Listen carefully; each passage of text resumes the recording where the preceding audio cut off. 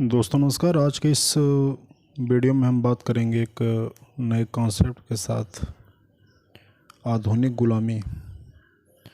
यह सामान्य अध्ययन प्रथम प्रश्न पत्र के भारतीय समाज के खंड से इसका संबंध है। प्रश्न यह है कि आधुनिक गुलामी से आप क्या समझते हैं। मानव तस्करी के प्रकार एवं कारणों का उल्लेख करते हुए यह भी बताइए कि भारत में इसे रोकने के लिए क्या उपाय किए गए हैं। तो हम सबसे पहले इस प्रश्न को इस संदर्भ में समझने का प्रयास करेंगे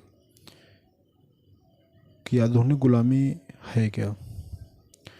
तो आधुनिक गुलामी एक ऐसी स्थिति होती है जब किसी व्यक्ति का शोषण किया जा रहा हो और वह व्यक्ति भय, हिंसा, किसी बाध्यकारी परिस्थिति, धोखेबाजी या किसी शक्ति के अवैध उपयोग के कारण या उसके दबाव में उस शोषण को रोक पाने में असमर्थ हो।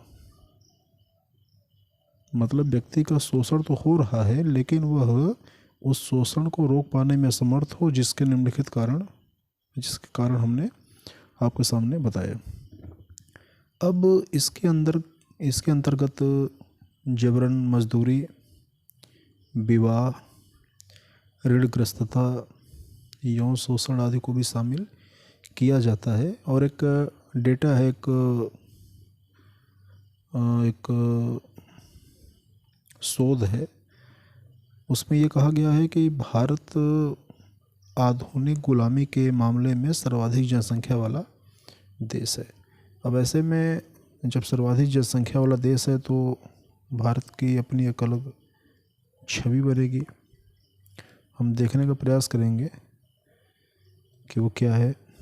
इस प्रश्न का जो दूसरा खंड था वो ये है कि मानव तस्करी के प्रकार बताइए और उसके कारणों को बताइए और भारत में इसे रोकने के उपाय भी बताइए। तो हम सबसे पहले देखेंगे कि मानव तस्करी के प्रकार क्या हैं।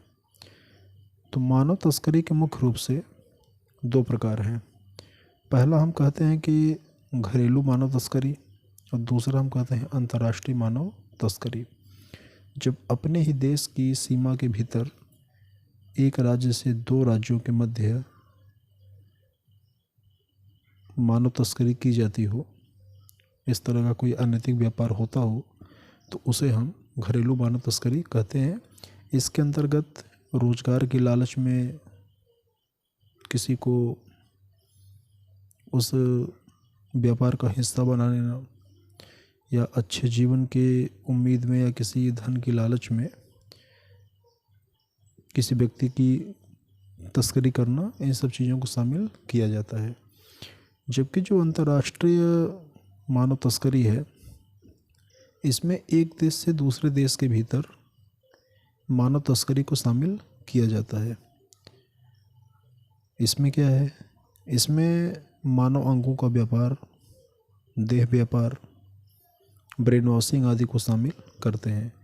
Brain washing in the sense कि जैसे हम देखते हैं कि कुछ युवाओं को बहला फुसला कर आतंकवादी संगठन वगैरह में ज्वाइन करा देते हैं, तो ये उसका एक पार्ट है।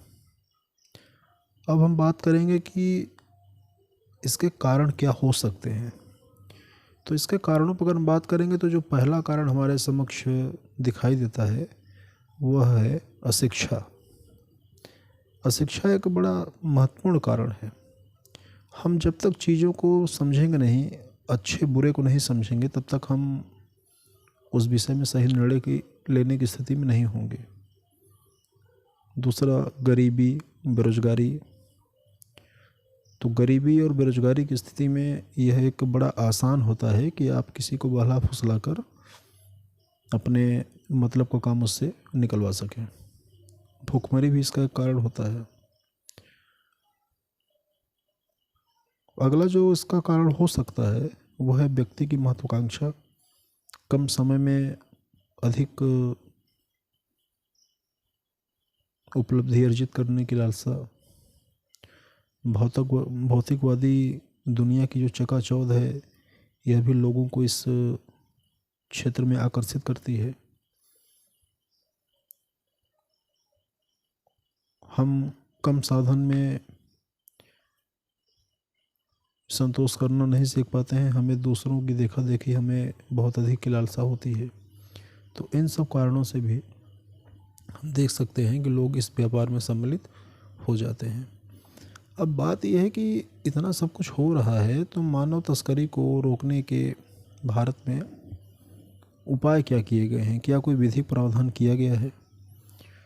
तो हमें यह भलीभांति समझना चाहिए कि भारत में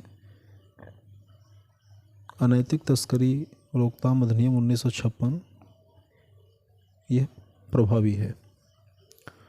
अब यह मानव तस्करी के जो अन्य सभी रूप हैं उसको रोकने के लिए इस कानून का निर्माण किया गया है, लेकिन यह कानून मुख्य रूप से वेश्यावृत्ति को ख़त्म करने की दिशा में एक सार्थक प्रयास है। इसके अतिरिक्त भारतीय दंड संहिता, जिसे हम लोग आईपीसी कहते हैं, इसकी धारा 370 और 370A यह मानव तस्करी, जिसके अंतर्गत बाल तस्करी, शारीरिक दुर्व्यवहार, किसी भी अन्य प्रकार का यौन शोषण, दास्तां, गुलामी, शरीर के किसी अंगों को हटाना आदि शामिल किया जाता है। इसके विरुद्ध यह दंडात्मक प्रावधान करता है। तीसरी बात अगर हम करें तो और क्या इसके संदर्भ में कोई उपाय किए गए हैं, तो हम देखते हैं कि पॉक्सो एक्ट 2012 भारत में प्रभावी है, जिसके तहत बच्चों को यौन शोषण व अन्य सभी प्रकार के शोषण से सुरक्षा प्रदान करता है। और यह कानून अपने आप में एक विशेष प्रकार का कानून है, क्योंकि यह जेंडर न्यूट्रल कानून है। इसमें पीड़ित लड़का भी हो सकता है, लड़की भी हो सकती है, इसलिए हम कहते हैं कि यह जेंडर न्यूट्रल कानून है। अगला जो उपाय किए गए हैं वो है कि महिला एवं बाल विकास मंत्रालय द्वारा व्यावसायिक यौन शोषण के लिए महिलाओं व बच्चों की तस्करी से निपटने के लिए 3 प्रकार के मैनुअल विकसित किए गए हैं। इसके अतिरिक्त भी हम जानते हैं कि संविधान का अनुच्छेद 23-24 हमें शोषण के विरुद्ध अधिकार देता है। तो इन सब बिंदुओं को अगर आप समझने का प्रयास करेंगे, लिखने का प्रयास करेंगे, तो पर्याप्त कंटेंट आपके पास हो जाएगा। उम्मीद है कि आधुनिक गुलामी और उसके अंतर्गत मानव तस्करी के विषय में समझने में आप